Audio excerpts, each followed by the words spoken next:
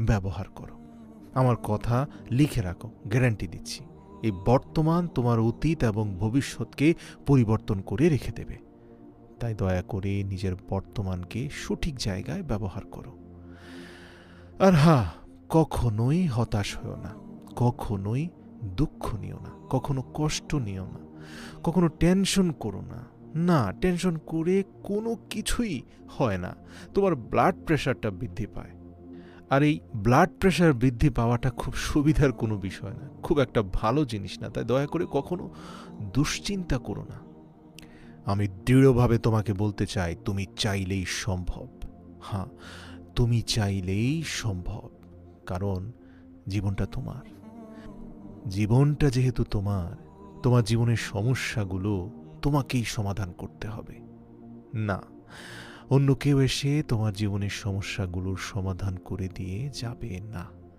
পৃথিবীর অন্য কেউ তোমার সমস্যার সমাধান করতে পারবে না। তোমার সমস্যার সমাধানগুলো তোমাকেই করতে হবে। হ্যাঁ, তোমাকেই করতে হবে। হ্যাঁ, কিছু মানুষ পরামর্শদাতা হিসাবে কাজ করবে, কিছু মানুষ তোমাকে সাজেশন দেবে, তোমাকে বলবে এমনভাবে করা উচিত, এমনভাবে করো না। ব্যাস এতটুকুই বলবে।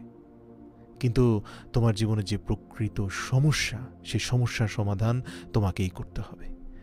আর তোমাকে বলে রাখি, এখনো কিন্তু সময় শেষ হয়ে যায়নি। না, এখনো সময় ফুরিয়ে যায়নি। এখনো অনেক কিছু বাকি আছে, এখনো অনেক সময় বাকি আছে। কিন্তু এই সময় কতক্ষণ থাকবে সেটা বলা অত্যন্ত কঠিন।